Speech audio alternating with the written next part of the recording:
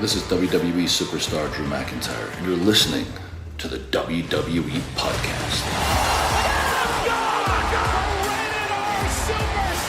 The champ is the one that everybody wants, me. Becky Lynch is going to WrestleMania. Claymore! Austin 316 says I just whipped your ass. This is my iron. You're going to acknowledge me. Hey, everybody, welcome to the WWE Podcast, Sunday, June 2nd, rather. I don't know what the hell I just said. June 2nd, 2024, as we get closer to the Clash at the Castle event that is our next destination over there in Scotland. So, lot to talk about here as things start to ramp up. And, you know, we can start to look at SummerSlam a little bit. I mean, the King and Queen of the Ring now have a direct impact on the title matches at SummerSlam. So there is at least a couple of matches, or at least a couple of matches that are concrete in the main events. But we don't know for sure who the champions are, but we can pretty much, you know, look ahead and say there's no chance that, you know, you're going to have Bayley probably drop the belt before SummerSlam. They keep pushing for Bayley and saying it's going to be Bayley. There's just no way. Obviously, Chelsea Green's not going to be champion. Piper Niven's not quite at that point yet in her career. And Nia Jax and Bayley seem to be the place they're going. Now, interestingly, you know, when we had Bayley become champion, I think her and Io Sky put on one of the really good matches of the card on that particular night of WrestleMania. I don't remember if it was night 1 or night 2. I think it was night 2. But regardless, they over-delivered in my mind. And leading into WrestleMania, I thought Bayley was kind of the forgotten Royal Rumble winner. She didn't get a ton of attention. It heated up a little bit as we headed closer and closer to WrestleMania. But you know, if it wasn't for that match, I think that would have been a very underwhelming program. Now, since WrestleMania, Bayley's done a whole bunch of nothing. She's ate a ton of nothing burgers, and creative hasn't given her much to do at all. And it's very odd, and Bayley being so talented in the ring, on the mic, she's decent. I wouldn't say, you know, for as much as we all love Bayley, I wouldn't say on the mic that Bayley is outstanding. That's not her forte. I think her presence, her in-ring ability, and, you know, her ability to cut promos that feel real. You know, she doesn't yell in her promos a whole lot, so she's good. You know, I'd say she's good on the microphone, but she's very well-rounded as a wrestler and as a performer, or whatever they call them, right? And I don't know if they're using the most out of her. They're maximizing what they can out of her right now. It feels, even though she won at WrestleMania, overcame Io Sky, won the Royal Rumble, that they're still kind of pushing her aside. She didn't get any mic time this week. Her and Nia Jax were about to have a confrontation when Piper Niven and Chelsea Green showed up and attacked Bayley from behind. So Bayley and Nia haven't had that face-to-face yet. And it's, you know, they've got certainly a ton of time to build towards it, given that Bayley has almost no chance of dropping the belt before SummerSlam. So there's certainly time. But I guess my report card for Bayley post-Mania has been very underwhelming, and it's not a shot at Bayley. It's just creative hasn't done much with her or had much for her, and it's been a bit disappointing. There's time to change it, but it hasn't been exactly a star treatment for Bayley. So as we get closer here, of course, to Clash at the Castle, we're going to have preview and predictions. We're going to have maybe any of you who are attending. I know a few of you who are actually going to be going to the event in Scotland. By all means, please send in your notes. Please send in your in-person perspective, things that we may not see at home. Very valuable information. I do appreciate anybody who goes there. And anytime you have live events, if anybody wants to send in live notes, please, I would appreciate it. You know, I'm sure listeners would be interested to hear, for those of us that aren't at the show, what the in-person experience is like, because it doesn't always mirror what we see at home. So speaking of which, obviously SmackDown this past week rolled through my hometown of Albany, New York, and the crowd was fine. It was exactly it was your Albany crowd, which is not a good or bad thing. It just is about what it is, right? It's loud when it needs to be and quiet when when crowds are usually quiet. So not under or overwhelming. It's just your typical wrestling crowd. I think that's kind of what Albany has been. We just kind of fit right in the middle there. And I think I can say that pretty objectively, even though I'm from here. I don't have any kind of bias that we're the best crowd ever. We're not. I think we're just kind of there, and we do our job and we go home. I don't think we're overwhelming or underwhelming, as I said. But so anyway, I did not go to the event. I hope all of you that did had a good time. I know several of you that went, seemed as if you had a good time. I got some feedback. If you went to the event in Albany at the MVP Arena, let me know. I'm interested to hear what you thought about the event. Post watching the event, I have to say, I'm not sad I didn't go because there were no overwhelming things. In fact, there was a lot of next week stuff. Once again, Albany fell in the in-between. That happened when, after the Survivor Series War Games match, when Randy Orton and CM Punk returned, we happened to hit it on the schedule where we didn't get, and this is post Survivor Series, Punk or Orton. Neither big return appeared in Albany. This is before the brand split took effect.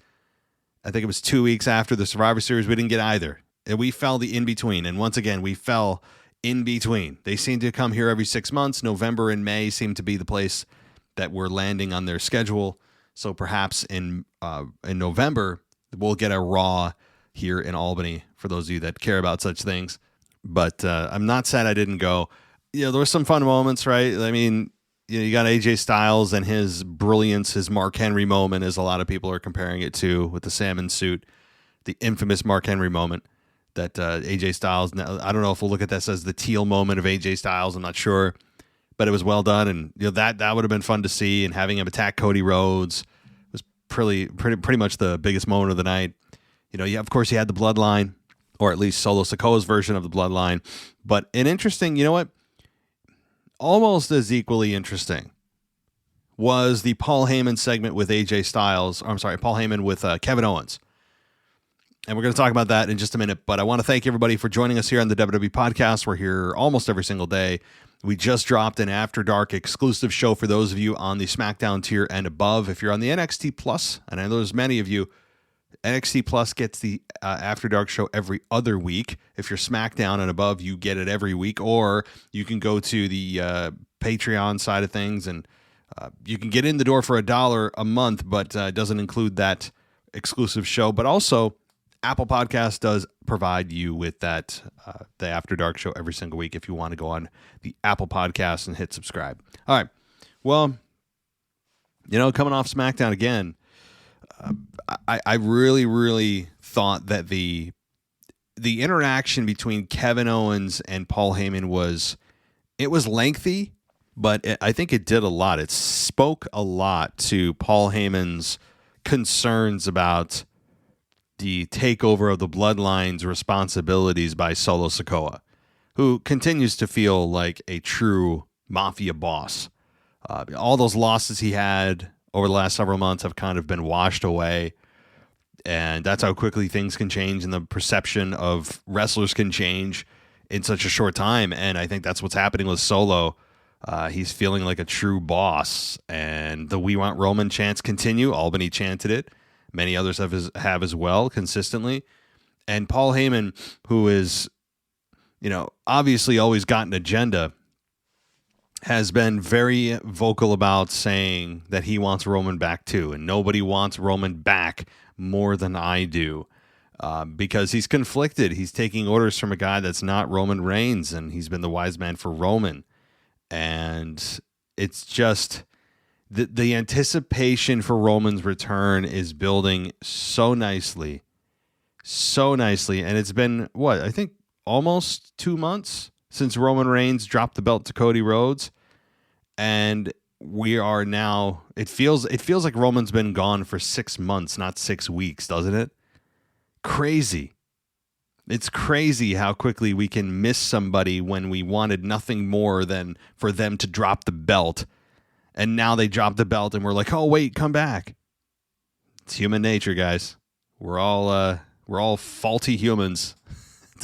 But no, I think that Roman Reigns is automatically a babyface without saying a word. You can picture him coming back probably shortly after Clash at the Castle towards Money in the Bank. Maybe the latest right after Money in the Bank, leading into SummerSlam, he'll come back. But I think the July timeframe, maybe the end of this month, but more likely in about a month, we're going to be talking about Roman Reigns' return. It could be at Money in the Bank. It could be at the very earliest. It could be at Clash at the Castle. I very much doubt that, though. But I think that's the perfect time frame. You could have him return at SummerSlam, but why not get the most out of him and have a match at SummerSlam? Why have Roman just appear there?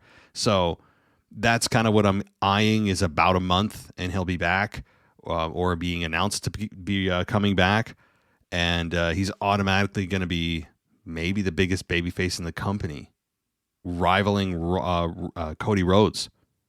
I think that could be a discussion, and people are ready to cheer Roman. It's been how many years now since 2020, SummerSlam of 2020, 4 years for all intents and purposes that he has been a heel.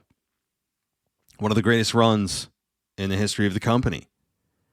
Great match after great match. Yes, predictable outcome. Yes, repetitive outcomes. Yes, a lot of the same finishes to matches have been repeated over and over and over. But the result remains the same. Big match after big match.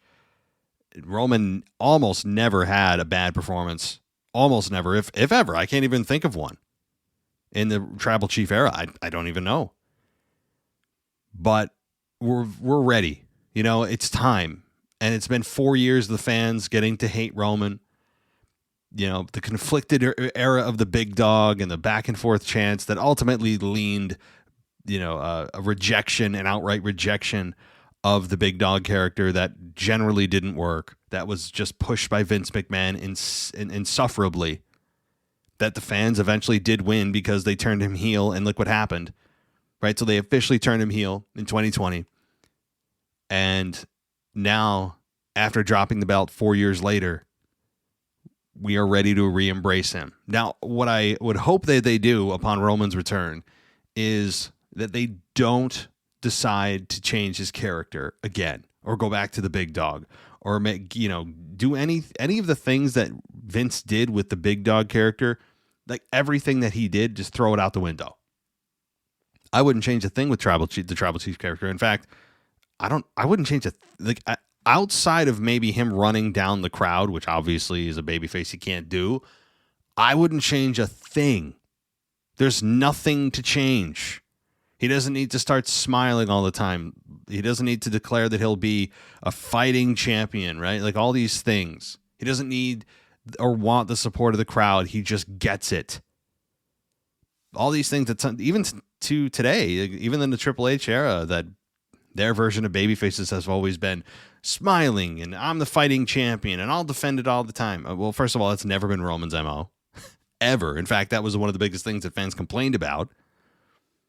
So you don't change a thing. You bring him back. Fans will embrace him automatically because they don't want to see Solo Sikoa taking over this group and running roughshod and reimagining it under his vision. He's lying to Paul Heyman. All of this is going to be so much fun. This is going to be so much fun. And I think that this is a very smart decision by those involved. Now, nothing's been executed yet on Roman's end, and we haven't even seen how they're going to do this. Is Roman going to get excommunicated from the group? Probably beat down by Solo and his goons. That'll put even more sympathy on Roman. And then slowly Jimmy comes back. Slowly Jay comes back. And then you have 3-on-3. Bam. And yes, The Rock eventually will come back, siding with Solo Sikoa, I believe. And then who balances out things on Roman's side? Perhaps Jacob Fatu. Or you could have Cody, believe it or not, join Roman briefly, or Sammy join Roman briefly. There's ways to do it. Yeah, I know there's brand problems, but no one cares about brand issues when there's a bigger storyline, right? So that, to me, is how you do it. Eventually, it's a 4-on-4, or you could do a 1-on-1 Solo versus Roman. Obviously, Roman Rock has to happen at some point in our lives. You know, like that's the one thing. After all this discussion, all this talk for how many years, we finally get it this year, then it's not this year, and then it might be the next year, but now it's Cody and Rock for WrestleMania. Where the hell is Roman Rock? How does this not happen, right? I think it will. I just don't want to be talking about WrestleMania 42 as the destination. So anyway, with all of that, which had actually nothing to do with this week in WWE because none of that happened, you guys can, I guess, press charges for false advertising of the title of the show because I haven't really reviewed anything this week in WWE, more of just kind of projecting out. But tomorrow, Anthony DeMarco and I will be having our current state of WWE. We'll probably touch on this and another topic or two as we do. But as you know, my schedule has been just terrible to try to co-host with anybody because I can't commit to a time. So that's why you're hearing a lot of just me. So deal with it. I mean that in a very respectful way. It's really not my co-host. It's me. It's all me. I take the full brunt of the responsibility of that one because I just can't commit, But all right. So let's continue with some of the details of this week and the AJ Styles. Let's talk about AJ Styles. He's going backstage, and he even received sympathy from LA Knight, who just had a big rivalry with him, in the weeks prior. And he's wearing this teal suit, which should have been the tip off that something's not right. And, unfortunately, I was ruined by social media seeing this beforehand. So I wasn't watching it live, which I need to start doing because social media is ruining my life when it comes to wrestling spoilers. Everything's put up instantly on YouTube and reaction videos and on X, and everybody's commenting on it. And I'm like, damn it. It's impossible to avoid. So I may start watching the dang thing live, but AJ Styles is teasing retirement. He's talking with Gallows and Anderson. Michin even has something to say about it, which, by the way, I love Michin's new look. More natural, if that makes sense. It feels like, that she's not so much covered in like I don't know if makeup's the right word, but she doesn't look like a character. She just looks like a human being, which I appreciate. And her and Nia Jax are going to be having a program for next week. And also, I think Randy Orton's going to be returning next week, and Solo Sikoa is going to be anointing Tongaloa or something like that. And so a lot of sorry, Albany, we get another, as I said 10 minutes ago, another in-between week for basically advertising next week's show. We keep rolling up snake eyes here in Albany, so I'm not really sad I missed the show. But nonetheless, AJ Styles comes out, and he's talking about his career. He did whisper something to Cody in the back and asked Cody to come out, and they embrace for a little while as the Mr. Smiles and gosh golly good guy, of course trusts the heel here, gives him a hug and thanks for everything, and then AJ beats the hell out of him, beats the holy hell out of him into the steps, and then gives him a Styles Clash off the steps. I love it. Man, I love this. But it really makes sense when you think about it, because how are they going to produce an opponent for Cody with this quick of a turnaround to the next PLE? Kind of difficult to do. Pulling somebody out of thin air, while you could do it, doesn't exactly ignite the most interest, unless it's a massive star. But you usually want that build, and there's already a foundation for AJ and Cody, so they already have something to build on. There's not a lot of table setting they need to do. So, and by the way, they had one of the best matches of the year, in my mind, at the last event with Cody and AJ for the championship. So, hey, I love it. And what's funny about this is it completely negates WWE's, and even on air, AJ mentioned this, logic that you go to the back of the line after you lose a title opportunity, right? You lose a title match. Oh, you go to the back of the line. And even AJ said that. He goes like, yeah, Nick Aldis said that I have to go to the back of the line, and I can't do that at this point in my career and all this. And then I'm thinking to myself, hey, you know what a great way to skip the line is? Let's all say it together. 1, 2, 3. Attack the champion. Right? It's a tried and true formula to completely skip the line. And it is a rule of thumb. It almost never is there's almost no exception to this rule. So I think AJ was heeding my warning or reading my mind through some kind of telepathy. And he did exactly that. Attacks Cody Rhodes. And you know exactly what that means. Cody's going to put his belt on the line against AJ Styles in Scotland at Clash at the Castle. And, you know, hey, I really enjoy this because, again, you know what kind of match they're going to have. You also, in real life, know that AJ Styles is limited in how many more times he's going to be, not just in ring, but in a main event.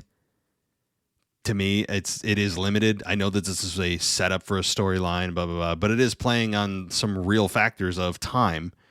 And the fact that AJ doesn't have a lot of time in front of him left in the ring, much less in main events. So I think we need to look at this as, hey, while AJ has almost no chance again of winning the WWE Undisputed Championship, we should look at this and say, let's enjoy the match. There'll be some fun moments. Maybe they'll give us a moment or two to believe it. As I say, when we know the outcome, that's almost a lock it away, throw away the key. And there's a lot of those post-WrestleMania because WrestleMania decisions stick in place for quite a while, as they should. You look at this and just say, give me a good match. Give me a compelling storyline. Even though we know the ending is almost no chance of the champion dropping the belt, just give us moments that we can maybe believe. And that's all you can ask for. And that's not a complaint. That's just how it should be. And if I was in charge of the company, that's what you want to do. You don't want to make WrestleMania decisions. You don't want to go back on them just a month or two later. You really got to stick with it, which is really why SummerSlam is the first time for major championships. I know the women's tag titles changed hands. We don't really count those yet as actual legitimate championships until WWE tells me they are. That major singles championships change hands. Usually the first time it is in jeopardy is at SummerSlam. So I think that's the first time we can look at it. So AJ Styles, Cody Rhodes, Part 2, Clash at the Castle. Yes, it's not confirmed, but it's confirmed. So I'm looking forward to it. Nia Jax, as I said, had her coronation or whatever, and she's playing more like the evil queen that I despise as a transformation for everyone winning this, but she didn't adopt a British accent. On top of it, her character before she won this was already kind of like that. Like, she didn't do a 180 or do something drastic to change her character to fit the fact that she's now a faux queen. It was already the way she was kind of acting anyway, and now she just uses that to build on. And so I don't, while you think I'm going to complain about it, I'm not, because this fit her and who she was anyway. And I think Queen Nia it's a nice name. It fits her well. Her winning Queen of the Ring made total sense. Her facing Bayley at SummerSlam makes total sense. And you know what? I'll say it here first. I think Nia Jax should beat Bayley at SummerSlam. I know that Bayley hasn't even got a chance to breathe with that belt yet. But if this is the version of Bayley that they're going to put forward, and a very uninteresting Bayley, and again, not a slight on her, it's just they're not giving her time. You almost forget that she has the belt until you see her. You know I'm right. And so I think Nia, who's never been champion, by the way, they can't say that about a lot of the women. She's never been a women's champion. That would be a fun run with Nia Jax. And you know what? Over the last 6 months, she has been one of the most improved characters in the entire company. Has overachieved to a level I didn't think that she could. So I've been proven wrong on Nia Jax. And so I think her winning at SummerSlam, with how much they're putting into SummerSlam now, the perception of changing the minds of fans of what SummerSlam is, especially as we move forward. We all know that they're not only stadium shows now. King of the Ring now has an impact on the main events of SummerSlam. And in 2026, in just 2 years, they're making it 2 nights. So it's essentially the WrestleMania of the summer. So there are big things that happen now at SummerSlam. It's going to be a bigger event than even normal as we move forward. So I think Nia Jax here, to come back full circle, is probably the favorite to win that match against Bayley. And we'll see how that happens and how the storyline builds. Again, early call. We have a couple months, but that's how I feel right now. All right. But by the way, AJ Styles, wonderful performance. Again, I know it's compared to Mark Henry, but it fairly is. It is a fair comparison, I think, to the Mark Henry promo that came out of nowhere. But the problem with the Mark Henry promo is it really led nowhere.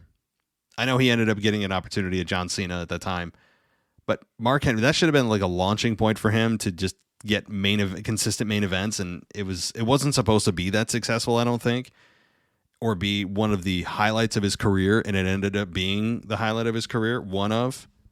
But Mark Henry, and I almost never talk about him on the show. I think he was sorely underutilized in the company. I know he had the Hall of Pain. He had some matches against Taker. But the problem with Mark Henry, that the way that they portrayed him is, you looked at him and said, yeah, big guy. He is a monster. Legitimate strongman. But here's the problem. You know they're never going to really put the belt on him and tell him, hey, go have a great run for 6 months. You know, it feels like they never got to that point with Mark Henry. And yes, he did have a championship run. He had one World Heavyweight Championship run. If you don't remember it, back in 2011, I had to look it up because I wasn't sure of the year. I thought it was actually earlier than this. But in 2011 at Night of Champions in Buffalo, New York, he defeated Randy Orton one-on-one. But to my point, he lost it 3 months later against the Big Show in Baltimore, Maryland at a TLC event in 2011. So he held it for a whole hot 3 months. And so I don't know how I'm talking about Mark Henry here, but it's a comparison to AJ that we saw this week on SmackDown. So, all right. Now, before I go on, speaking of this week in WWE, guys, there is something weird on WWE's website. Something weird. And if you go to their website, now by the time you listen to this, and you go to the website, it may be gone. But there is something relating, you'd imagine, to Uncle Howdy or the Wyatt Six group, something related to all those QR codes, everything that we've been seeing, all the weird glitches on the screen. And on WWE.com, there's a title that just says hello. And then there's a scrambled kind of black and white distorted picture. It kind of looks like Uncle Howdy, but it also kind of looks like Rey Mysterio in a way. So it could be either. I think it's Uncle Howdy, but I'm not going to give you a story time here, but there is a lot of stuff you can dissect in what this says. I will say, I'll give you a quick excerpt from what is on WWE's website regarding this. And it says, let's see, I accepted my calling. Again, this is like halfway down. Only when I was able to set others free. We followed the words of the red, and now we see. I offer you one last chance at redemption. It doesn't have to be this way. The cave can no longer exist. We are going to burn it to the ground. A massacre is coming. 168/197. I will say there's probably people who have already decoded this or taken time to break down every sentence and look at whatever hidden codes are in here. I have not. I'm sure there's an easy solution to this. Maybe my IQ isn't high enough. I'm not sure. It's probably a combination of my lack of actual intelligence and my just desire to try to figure this out. It feels very Bray Wyatt-y. I'm sure the numbers are something relating to when they're going to attack that I can't decode. Who they're going to target, I don't know. Maybe it is Rey Mysterio, but I think that's actually a mask for Uncle Howdy. So we're getting closer to this Wyatt 6 or whatever this group is going to be called, or with Bo Dallas as the head, I would imagine, of something Wyatt related. It does look like they're going to be a babyface group, I would think, because the anticipation continues to build. But Triple H has loved himself some heel factions, so I wouldn't bank on it that they're going to be a babyface group. But it's just such Bray Wyatt stuff. Like, like what is this? Like, listen to this nonsense, right? I accepted my calling. I was able to set people free. We followed the words of the red, and now we see. I mean, it's like an evil Dr. Seuss wrapped in a puzzle. You know what I mean? Like, I know a lot of you love the Bray Wyatt character. And I did too. And I know that there's some nostalgia now and some remorse that goes with his passing. And so you kind of feel even extra emotional about it. And I'll stand by my ground. Like, I thought there was a lot of the Bray Wyatt character that, to me, like, I didn't want to go through the effort of trying to, get a decoder and have to, reach out to the Pentagon to decode his stuff and sift through it. I'm just like, bro, like, I appreciate your kind of quirkiness and your speaking in riddles and your gobbledygook, as LA Knight perfectly put it one time before their Pitch Black match, the Mountain Dew Pitch Black match. Don't want to forget the sponsor there. And so, like, many of you love that. You love hearing the riddles and thinking, oh, wow, he's so intricate and nuanced and so unique. I, at times, got very frustrated with the character because I'm just, bro, tell me what the time is. Don't tell me how to make the watch. I felt a lot of times it was just too much riddles wrapped in a riddle. And I just don't have the time for that. I don't watch wrestling to think too much. I feel like I'm insulting myself, or I don't know. Who cares? My point is, if this group speaks in riddles too, much like a lot of these darker groups do, like the Final Testament, they speak in riddles a lot too. I don't know. We'll see. It could work out very well, and maybe they don't speak in Bray Wyatt. They don't use Bray Wyatt speak, I should say. Bray Wyatt's like its own language, and they're just more direct. I like more of a direct speaking faction, or even single star. You can be cute with your words, but don't give me riddles all the time that you need me to solve. All right. Anyway, there's also, interestingly, a little text here that I just saw, and it's quoting a Bible verse. So hold on. I'm going to look at what this is.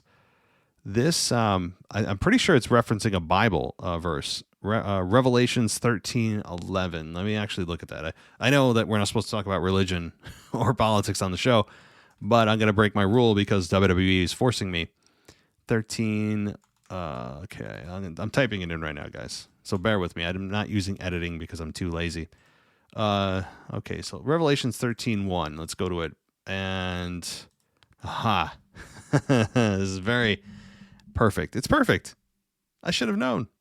You ready what Revelation 13:1 says? I know that I don't care what religion you are. This is not really this isn't Bible study hour. Okay. This is because wrestling told me to go here. All right. So those of you that, he's talking about religion now. No, WWE is forcing me to look at this Bible quote. Now, Revelation 13:1 says, "And I saw a beast rising out of the sea with 10 horns and 7 heads, with 10 diadems on its horns and a blasphemous name on its heads." Okay. Referencing a beast rising out of the sea. That is very appropriate. So what kind of beast?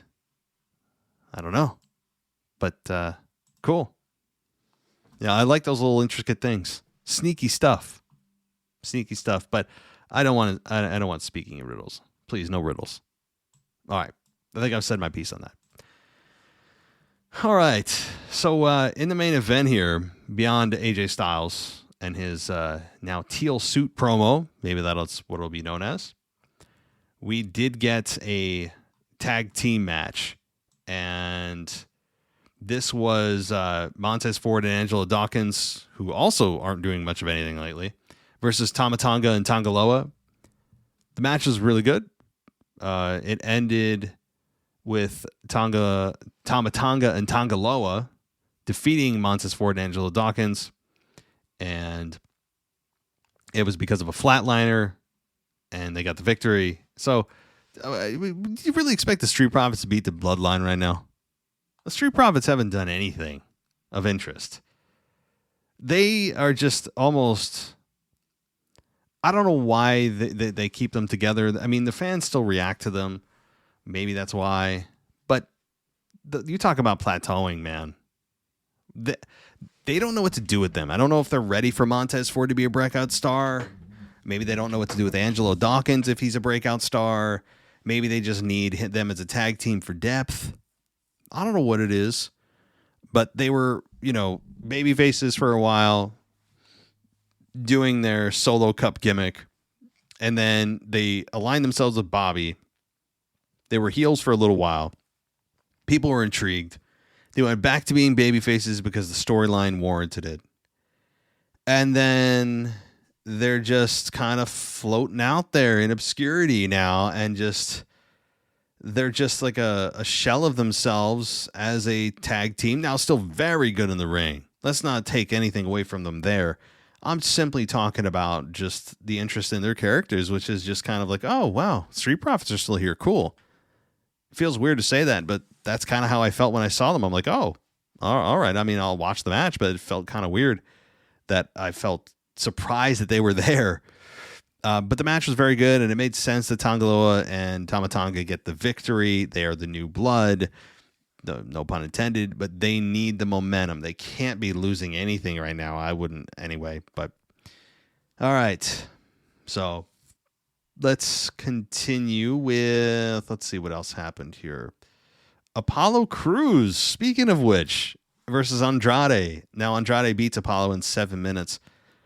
Hey, remember when Apollo Crews, just a few short years ago, was challenging for the Intercontinental Championship, and he was carrying a giant Q-tip around and actually adopted his accent again and felt relevant. And I remember saying that this is a great version of Apollo.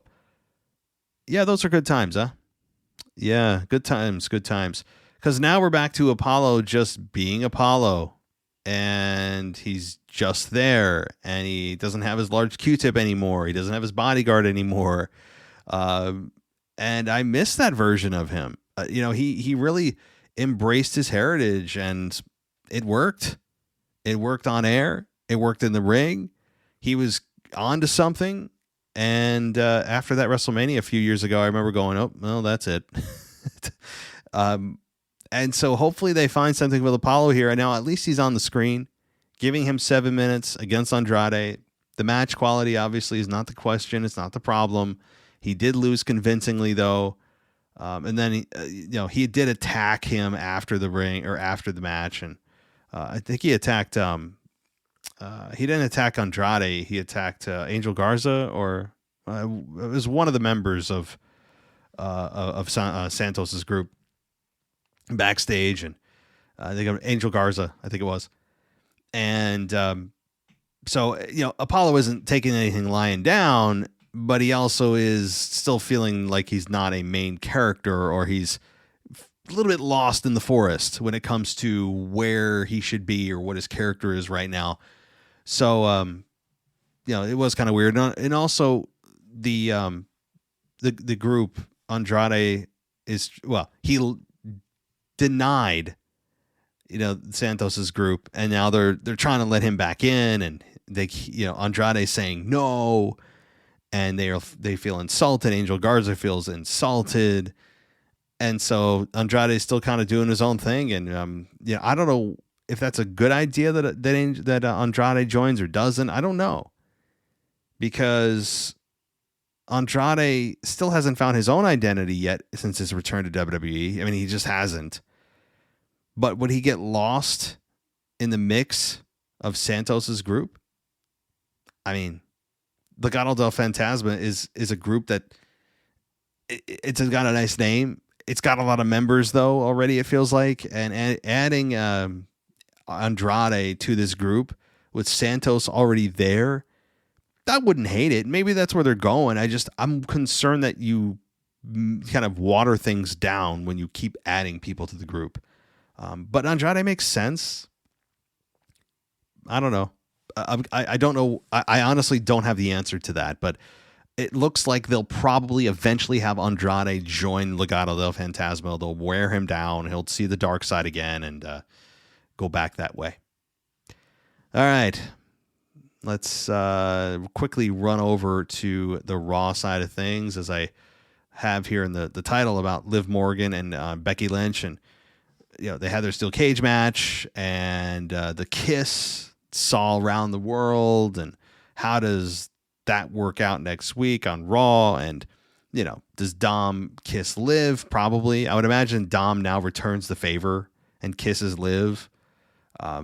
And that's going to obviously build towards a Rhea Ripley return, which what is Rhea going to do? Oh my God.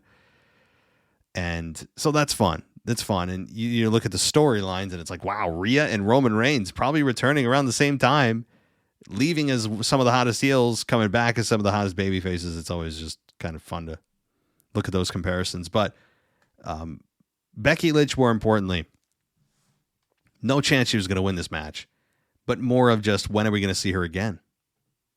Becky Lynch is gone for the foreseeable future. And I mentioned this on my show on Monday, I think it was, or Tuesday for my Raw review, that I think Becky Lynch needs an extended, and it does seem like she's taken it, leave from WWE. And when I say extended, I'm looking at like 6 months. I don't want her in AEW personally. I think that her taking 6 months and then coming back to the WWE makes total sense. You know why it makes total sense? Not even for really the character perspective or the money perspective or even the wrestling perspective. Here's why it makes the most sense for Becky or Rebecca Quinn. She's not your average girl, but she has a family. Duh. I don't need to tell her that. And Seth Rollins isn't going anywhere. He's staying in WWE.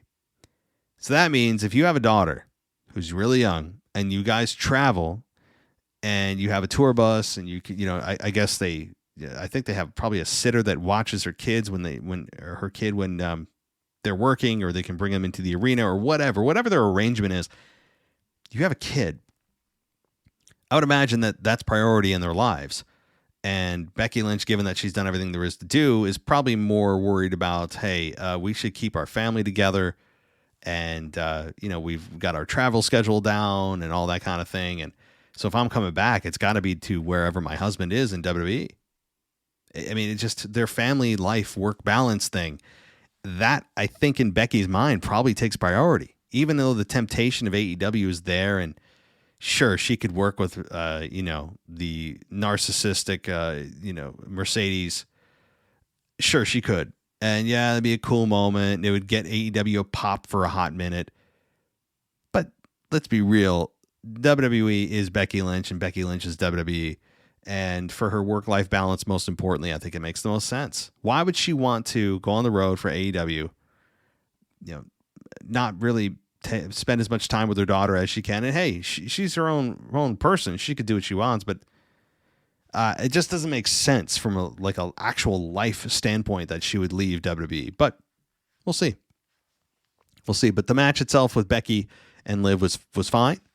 Liv continues to really settle into her own character. I love what she's doing.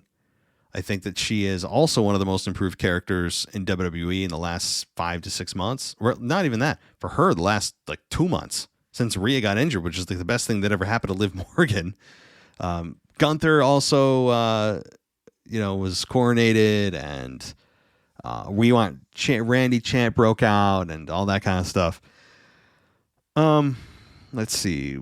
Priest came out and confronted Gunther, and so that was a fun experience. McIntyre then came out. They had a little bit of a skirmish, if you will. And, it gave you title possibilities for the next premium live events, when you look at it, because you have Gunther challenging for the world championship at SummerSlam. And you also have the Drew McIntyre and Damian Priest matchup at Clash at the Castle for the world title, which I think everyone's looking at for Drew to win that. Braun Strowman versus JD McDonough, with Braun Strowman beating JD. Dragunov versus Ricochet. And 10 minutes, Dragunov beats Ricochet, but it was to a no contest because Braun Breaker continues to Goldberg everyone. Did I just use Goldberg as a verb? I guess I did. Let's see. We got AOP versus Julius Creed and Brutus Creed, the Creed brothers. Quick match with AOP beating them. I did not like this because, hey, the Creed brothers have really settled themselves into a nice role on Raw. While there's almost no character development for them, they've succeeded in spite of that by just being great professional wrestlers in the ring. Their in-ring product has been their voice, and it has been successful. And when you take that away from them, it hurts. So I didn't like how quickly they were defeated, I guess, is my biggest problem. And also, what is this going to do for AOP? Do you really have plans for AOP? Do you? I don't know. It doesn't seem like it. Okay, Valkyria versus Kairi Sane. And Lyra beats Kairi in 3 minutes and 45 seconds. And let's see. Rey Mysterio versus Carlito, with Rey beating Carlito. And then after the match, Rey attacked Balor at ringside. And then Dragon Lee went up. But Damien came out and hit Rey from behind. And then Priest also entered the ring and hit Lee with a razor's edge. And let's see here. Priest continues to look strong. We got Bronson Reed versus Otis. Bronson Reed beats Otis in 3 minutes and 45 seconds. And we got the Gable continuing to humiliate Otis, specifically Otis, and also insult Tozawa and Maxine Dupree. He threatened to spank with a belt Otis, who apparently has no respect for himself, and was about to take it. That was a little weird. I did not like that, but Sami Zayn had to be the savior for Otis as a grown man about to be whipped on national television, worldwide television. I mean, how little respect do you have for yourself that you have to wait for someone to come out and save you from voluntarily allowing someone to do that to you on television? So that was a little weird, but I understand the premise. I get it, but it was just like, bro, Otis, I mean, that's not even, that's I'm losing respect for you. You go too far, All right, let's see. Liv Morgan and Becky Lynch in the steel cage match, as I said, was the big moment. But the bigger moment was, as I said, Liv and Dom kissing. So that should be a fun follow-up this coming week on Raw. Very compelling television right now with that side of things. And, hey, what can you more can you ask for this time of year? I mean, if you are a wrestling fan and watching it now, and you are watching every single week, you're a true wrestling fan, because after Mania, you know how many people drop off and bail? A lot. So this is the time that if you're a fan still watching, you're a fan. Look at the ratings. There's no doubt that this is a slow period for the company, but they continue to crank out good matches.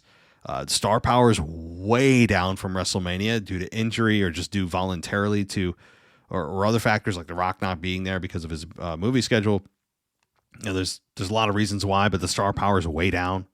But it's about to be ramped back up. I keep saying this, but guys, think about this. Charlotte, who will probably come back, I would imagine, on SmackDown, but we'll see. She's got to be getting real close.